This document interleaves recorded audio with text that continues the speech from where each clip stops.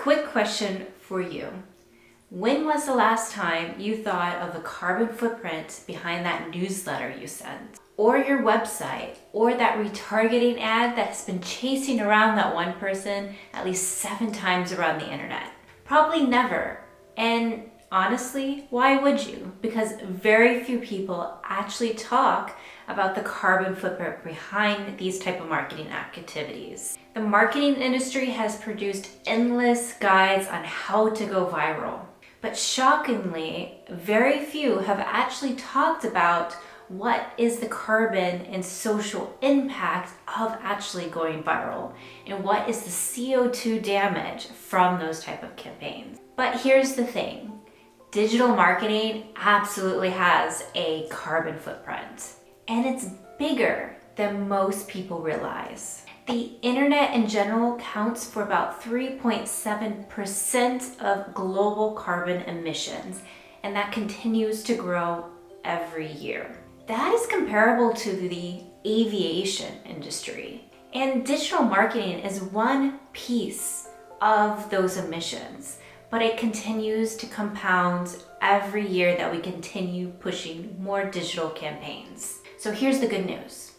You do not need to scrap your entire strategy. You just need to think about making smarter choices that are better for people and for the planet. Today, I'm giving you 5 practical steps on how you can rethink your digital marketing to make it more people and planet than profit-centric. This doesn't require a huge budget. It doesn't require consultancy. You can start cutting the carbon footprints of your marketing strategy today. Keep your email list clean. Now, I know you've probably been meaning to do this for 6 months, but today is the day. Sit down and start looking through your email list and cleaning it up. Now, here is why it matters. Every email that you create and publish travels through data servers. Those servers use energy, and that energy comes with a carbon cost. The average marketing email generates about 0.3 grams of CO2 every time it sends. That might sound tiny, but think of how many campaigns you create a year. Think about how many of your marketing colleagues create campaigns. If 50,000 people are doing that and you're publishing all those campaigns, think of how that compounds into more CO2. And that happens. That CO2 compounds whether if somebody opens up the email campaign or they do not. So here's what you do. Run a re-engagement campaign for anyone who hasn't opened an email in more than 6 months. Give them one clear choice. Yes, they want to continue to be subscribed to your newsletter, or no, they want to continue on. I guarantee you that this is not only something that's good for the planet, but it also helps your email campaigns be more lean, more efficient, and results will come from that. So if they didn't respond to that newsletter for the last 6 months, just let them go.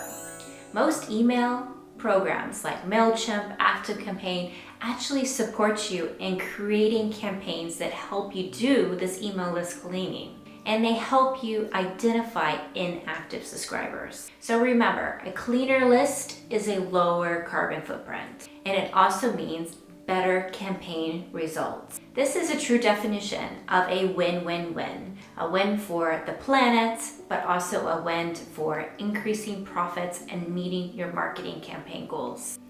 Okay, so let's keep on moving forward. So number 2, compress and optimize all your digital assets. So your website might be running up an energy bill that you've never actually thought about. Start by running your website through a tool, a free tool like websitecarbon.com. This will give you the carbon rating and the huge red flag triggers on why your website is so heavy. It's free, it takes 2 minutes, and it'll give you a really clear idea on where to start in reducing and optimizing your website. Now, after you understand where those key pieces are, you can start compressing your largest files. Those could be regular files, but most likely they're image files. And you really should be compressing your image files before you even upload them to your website. TinyPNG or Swoosh is a great tool to help you achieve just this. They can help you reduce your image files by up to 80%. And this is without any visual loss of that image. So by using these tools, you're already on the right step. The next step is actually completely changing the format of your images. Switch to WebP format images instead of JPEG and PNG. This modern format is significantly lighter than these other previous older formats. These are step 1 and step 2 that's going to help decrease the heaviness of your website. That will improve efficiency, user experience, but also make it less carbon intensive and more environmentally friendly. And last one, absolutely turn off the autoplay of your videos on your website. Nobody asked for it, it slows down your website, and it's a huge carbon sucker. Nobody needs that. Remember, lighter pages equal faster response. They rank better on Google and in SERP results. They have better customer experiences, and they emit less CO2. Optimization is simple sustainability practice that's not only good for people on the planet, but also improving campaign results and profitability. Number 3, rethink your paid advertising strategy. Now, number 3 is one that a lot of marketers and communicators get uncomfortable with. And you know what? I get it. It's how we've been playing the game for a very long time. Programmatic advertising, which is the way that we've been doing advertising for many, many years, is one of the least efficient systems in the modern marketing stack.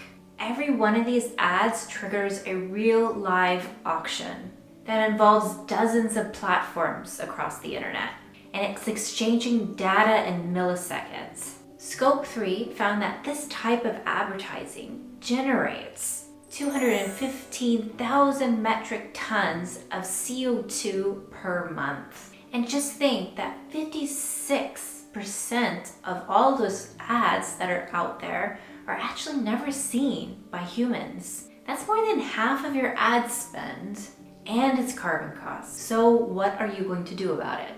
First, get intentional about your placements. Narrow your audiences down to micro audiences that you know and will convert. Avoid broad campaigns and broad audience for irrelevant ads. This is going to help you both with conversions, but also reducing carbon footprint.